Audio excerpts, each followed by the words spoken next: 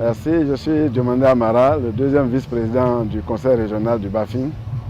Je représente ici le président Diomandé Lassina, président du conseil régional du Bafing. Alors, est-ce que vous pouvez nous parler un peu des opportunités du Bafing? Dans le Bafing, vous aurez plusieurs opportunités. D'abord, agricole. Vous avez au niveau agricole un complexe industriel qui est la Sow de sucre à Borotou, Koro. Vous aurez des cultures d'errantes. Vous serez surpris de savoir que dans le Bafing, on a le café, on a le cacao, on a l'EVA, on a maintenant bientôt le palmier à huile, donc les cultures d'errantes. Et surtout, on a l'anacade qui avance bien. Et vous avez également les cultures vivrières, le riz, le maïs, l'igname, le manioc. Le manioc est vraiment bien cultivé dans le Bafing. Vous avez ce que nous appelons les céréales, le soja, le sésame. En Côte d'Ivoire, beaucoup d'hommes ne connaissent pas le sésame. Il est cultivé dans le Bafing. Il y a l'organisation agricole IEA qui fait du bio, du sésame bio, du soja bio. Et bientôt, le gouvernement va lancer le projet soja au niveau de toute la région. C'est un projet que nous attendons avec impatience. Voilà un peu le côté agricole du Bafing. Vous avez également dans le Bafing le côté touristique. Le circuit du Mont Zala, c'est un grand circuit touristique qui demande à être découvert.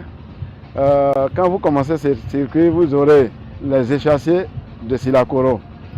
Je vous rappelle que dans les années, je ne sais pas combien, l'échassier de Silakoro a eu le premier prix au niveau de la Côte d'Ivoire, de tous les échassiers. Donc c'est le meilleur échassier, il est même hors compétition actuellement. Vous avez également les silures sacrés que vous aurez sur le circuit. Vous avez le village pittoresque de Benimanzo avec le corps.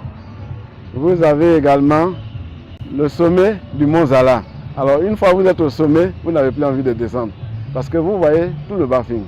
Vous voyez le Worodougou, vous voyez le Kabadougou, vous voyez même la Guinée. Donc au-dessus, vous avez donc un cadre pittoresque qui vraiment mérite à être découvert. Voilà un peu côté touristique. Vous avez nos cultures. Alors le Samamba. Le Samamba, c'est une danse de ballet qui est dansée par les jeunes avec souvent des acrobaties. Vous avez également le passe que le chanteur Wafungbe est en train de promouvoir. C'est une danse vraiment de réjouissance. Vous avez la Louko que les jeunes de Bénéman sont en train de promouvoir. C'est aussi des pas de danse de chez nous. Vous avez surtout les cantatrices. Alors, vous pouvez, paix à son âme, connaître, peut-être vous avez entendu parler de notre sœur, la Mawa nationale, qui a fait beaucoup. Aujourd'hui, sa relève est assurée par une pléthore de femmes qui assurent sa relève. À la tête desquelles vous avez Yao, le chanteur Yao. Tout ça mérite d'être découvert. Vous avez les danses des chasseurs au niveau de Vayasso. Vous avez vraiment un monde de culture.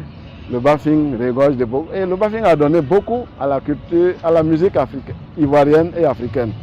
Souvenez-vous, vous avez notre sœur Matidola.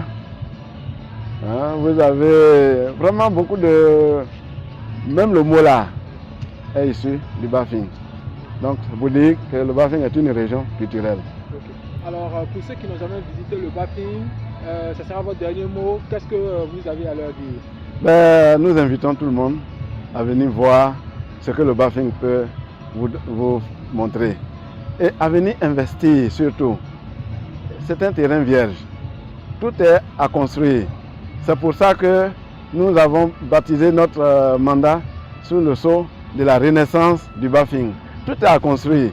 Les infrastructures hôtelières, les infrastructures touristiques méritent d'être promues. Donc nous invitons tous les opérateurs économiques, tous les opérateurs du monde touristique à venir dans le Bafing. C'est encore à découvrir, c'est encore à construire.